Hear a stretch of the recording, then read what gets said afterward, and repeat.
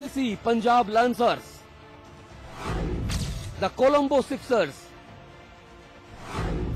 और the daily darts. इन 9 टीमों में दुनिया के 4 बेहतरीन गोल्फर्स हिस्सा लेंगे, जिन्हें नीलामी के जरिए खरीदने की प्रक्रिया तय की गई है। इस इंटरनेशनल लीग में देश और विदेश के नामी गिरामी खिलाड़ियों के साथ ही साथ एशियन टूर्स प्लेयर्स और professional golf tour of India (PGTI) के प्लेयर्स को भी शामिल किया गया है। अंडरडॉग मानी जा रही उत्तराखंड लायंस को इससे काफी ज्यादा उम्मीदें हैं। गोल्फ प्रीमियर लीग अंतर्राष्ट्रीय स्तर की प्रतियोगिता हो रही है, जिसके अंदर तकरीबन 32 खिलाड़ी हिस्सा ले रहे हैं, जिसमें 14 खिलाड़ी विदेशी हैं, डेरेक क्लार्क, कबरेरा और हमारे देश के भी नामी गोल्फर्स हैं। 8 टीमें इसमें हिस्सा लेंगी, जिसमें कि उत्तराखंड टाइगर्स की टीम भी थी। गोल्फ प्रीमियर लीग का पहला संस्करण 3 दिनों तक चलेगा, जो 7 से 10 फरवरी के बीच पुणे के Aamby valley city golf course में खेला जाना है। इसके लिए यूरोपियन टूर, एशियन टूर और PGTI ने खिलाड़ियों को रिलीज भी कर दिया है। GPL 2013 में सभी की निगाहें जहां Shaun Micheel, Darren Clarke, Angel Cabrera, Michael Campbell और रिच बीम जैसे बड़े खिलाड़ियों पर होंगी, वहीं भारत के स्टार गोल्फर गगनजीत भुल्लर भी अपना जादू बिखेरते नजर आएंगे।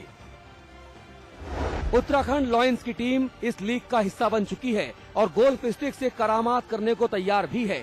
ऐसे में उत्तराखंड लायंस की चुनौती को हल्के में लेना बाकी टीमों के लिए खासा सरदर्द साबित हो सकता है।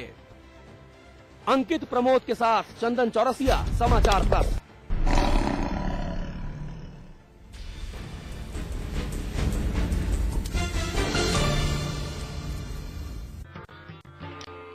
कोई जरूरत नहीं है जांच वाच कराने का।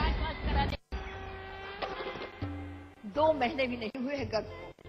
तू और तेरा बाप दोनों बिना जांच के हुए थे, उसके बाद भी और उनके भी। पर दादी, फिर ये कैसे पता चलेगा कि माँ और बच्चा दोनों ठीक हैं? चांस क्यों लेना? क्या चांस? वो देखो, परसों से सुनती आ रही हूँ इसे ठीक करेगी, कभी सिर पे गिर गया तो आज तक कुछ नहीं हुआ। कोई जांच कराने की जरूरत नहीं, कुछ नहीं होगा।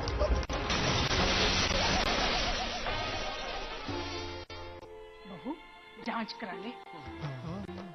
प्रसव के पहले माँ की कम से कम 4 बार जांच अवश्य कराएं। ये सेवाएं बिल्कुल मुफ्त है। चांस क्यों लेना है, चांस क्यों लेना। मैंने छत की भी मरम्मत करवा दी, आखिर चांस क्यों लेना? आज ली क्या? Interestingly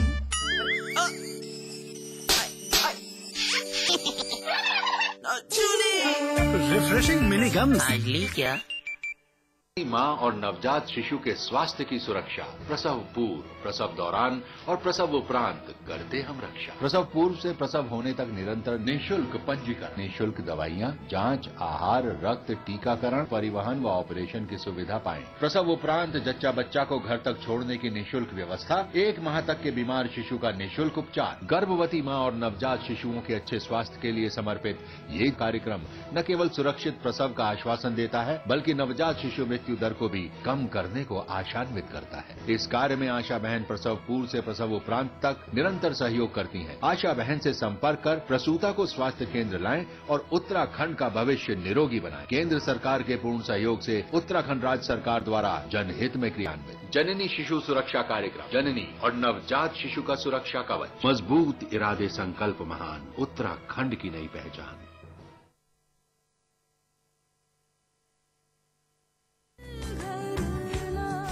Supertech, yours for life.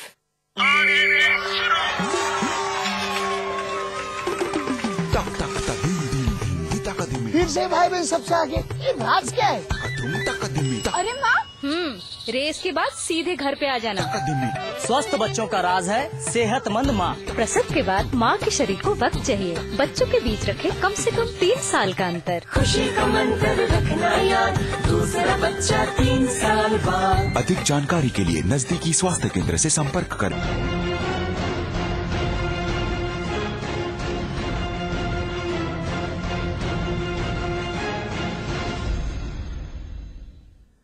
अब बात उत्तराखंड की करेंगे, जहां आरटीआई यानी सूचना का अधिकार को लेकर रस्साकशी जारी है। राज्य के सूचना आयुक्त को सरकार की वो नई नियमावली रास नहीं आ रही जिसमें उनकी शक्तियां छीन ली गई हैं। लिहाजा उन्होंने मुख्य सूचना आयुक्त का दरवाजा खटखटाया। अब ये नई नियमावली सूचना के अधिकार कानून को और धार देगी या जनता को बीच मझधार में छोड़ देगी, यही वो मुद्दा है जो आज ज़ेरे बहस है हमारे इस खास कार्यक्रम में। इस मुद्दे पर बात करेंगे। अमिताभ अग्निहोत्री जी हमारे साथ बने हुए हैं। हमारे साथ पूर्व सॉलिसिटर जनरल अमरेंद्र शरण साहब जुड़ रहे हैं। विशेष स्वागत है आपका अमरेंद्र जी। देहरादून आपको लेकर चलेंगे। भार्गव चंडोला हमारे साथ जुड़ रहे हैं, आप पार्टी एक्टिविस्ट हैं। जयसिंह रावत साहब जुड़ रहे हैं, आप वरिष्ठ पत्रकार हैं। आप सभी लोगों का बहुत बहुत स्वागत है समाचार प्लस पर। जी हां, तो 8 जनवरी को बहुगुणा सरकार ने आरटीआई से संबंधित एक नई नियमावली जारी की जो राज्य सूचना आयोग और मुख्य विपक्षी दल बीजेपी को रास नहीं आ रही। बीजेपी सरकार की नीयत पर सवाल उठा रही है तो वहीं सूचना आयुक्त जनता की असुविधा की दुहाई दे रहे हैं।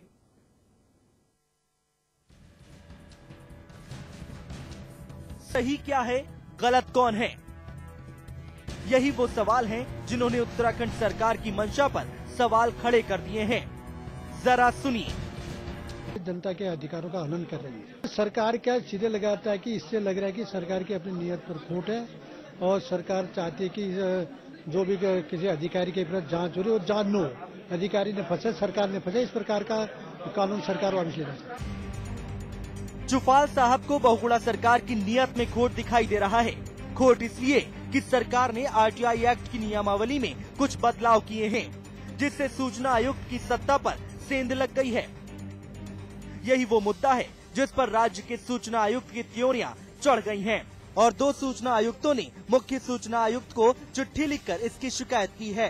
साथ ही मांग की है कि बदलावों को तत्काल प्रभाव से निरस्त किया जाए। जो हमारी आपत्तियां थी हमने कहा फिलहाल इसको स्थगित कर दीजिए और आयोग के साथ, अन्य एक्टिविस्ट के साथ, कुछ लीगल एक्सपर्ट के साथ बैठकर और विचार करके उसके बाद करिए। दरअसल सरकार ने 8 जनवरी को सूचना के अधिकार से संबंधित एक नियमावली जारी की जिसमें कहा गया कि साहब सूचना आयोग जांच का आदेश नहीं दे सकता। साथ ही ये भी जोड़ा गया कि विशेष परिस्थितियों में वो जांच का आदेश दे सकता है। अब इस विशेष का मतलब जाहिर है विशेष ही होगा। आगे कहा गया है कि नियमावली में कठिनाइयों को दूर करने की शक्ति राज्य सरकार के पास रहेगी, जबकि आरटीआई एक्ट में ये शक्ति केंद्र सरकार के पास है, जिसका विरोध करते हुए अनिल शर्मा और विनोद नौटियाल ने देश के मुख्य सूचना आयुक्त का दरवाजा खटखटाया है। आयोग की जो पावर है, शक्तियां हैं पिछले 7 साल से जिनका प्रयोग कर रहे हैं, जिसके आधार पर लोगों को सूचना मिल रही है, उन शक्तियों को आप छीनना चाहते हैं। अगर आप इन शक्तियों को छीन देंगे तो हमने कहा 90% मामलों में सूचना नहीं मिलेगी और लोगों को माननीय हाईकोर्ट जाना पड़ेगा। अब अगर जनता को ही तकलीफ होगी तो भला आरटीआई का मतलब क्या, क्योंकि इसे तो बनाया ही गया था जनता के हथियार के रूप में। राहुल सिंह शेखावत, देहरादून, समाचार प्लस। जी, तो मंशा पर सवाल उठ रहे हैं। अमरेंद्र जी के पास सबसे पहले चलूंगा मैं। आप पूर्व सॉलिसिटर जनरल रहे हैं। अमरेंद्र शरण जी, ये इतना कंफ्यूजन क्यों है भाई? दिक्कत कहां पर आ रही है?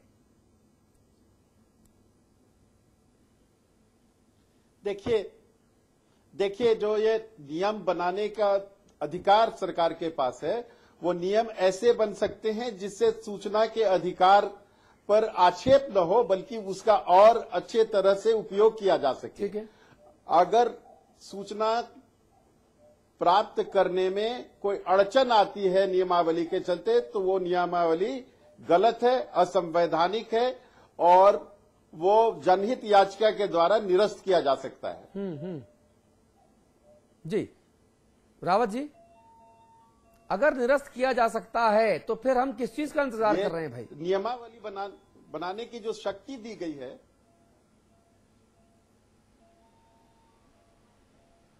जयसिंह रावत जी।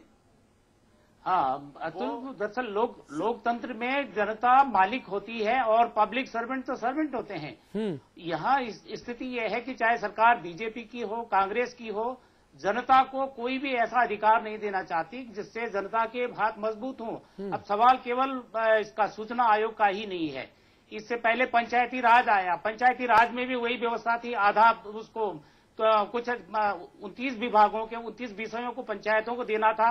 वो उत्तराखंड की सरकार ने क्या, यूपी की सरकार, मेरे ख्याल से ज्यादातर सरकारों ने नहीं दी। दूसरा उसके बाद आया, ये कहते हैं साहब कि लोकायुक्त की बात आई, लोकायुक्त को यहाँ कोई अधिकार नहीं दिए गए हैं।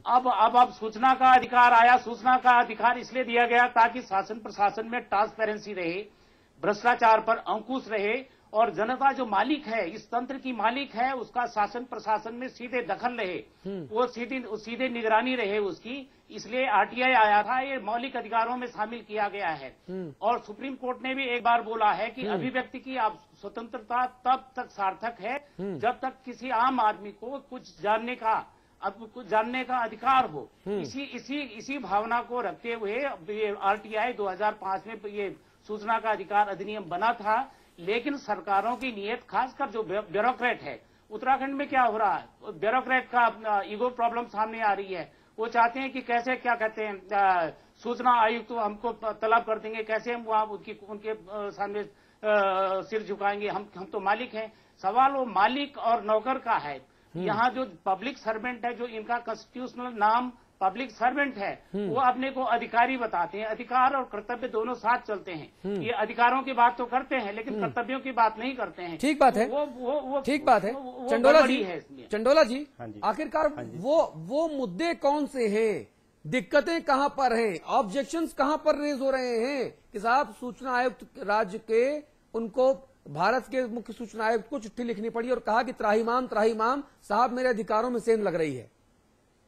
जिस प्रकार से अभी जो इनके पास सूचना आयोग को जो इन्होंने यहाँ पे रोक लगा दी है कि सूचना आयोग कोई जांच नहीं बिठा सकता है।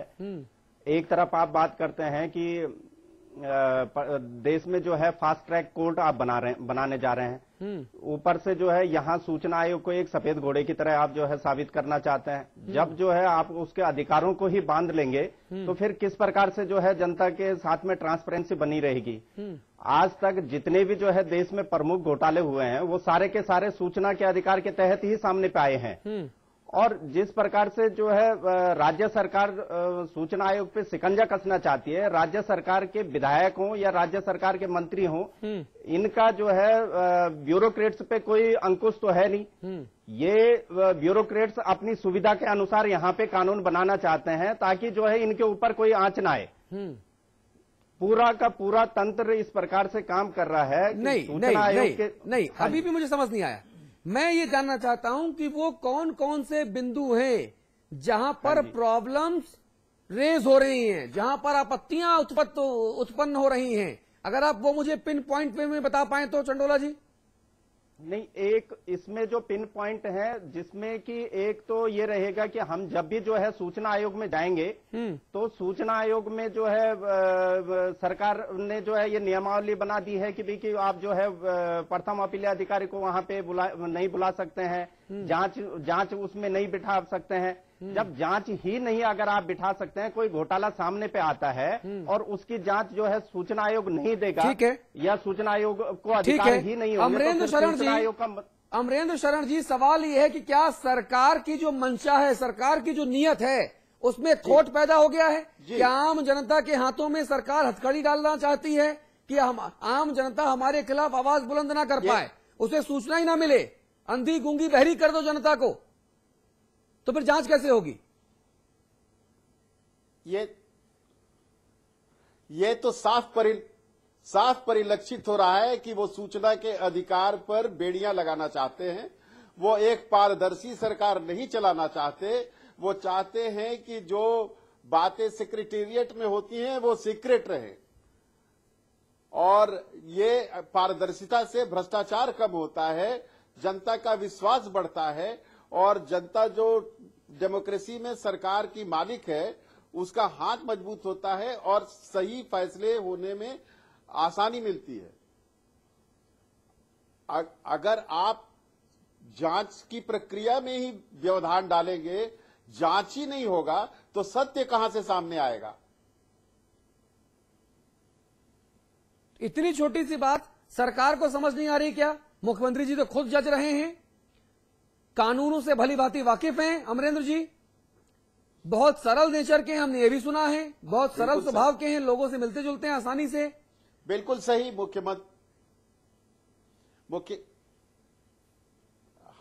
मुख्यमंत्री जी बहुत अच्छे वकील रह चुके हैं, कानून के अच्छे जानकार हैं, उच्च न्यायालय में न्यायाधीश रह चुके हैं। हमको लगता है कि उनको सही राय नहीं दी गई है और उन्होंने इस पर अभी तक ध्यान नहीं दिया है।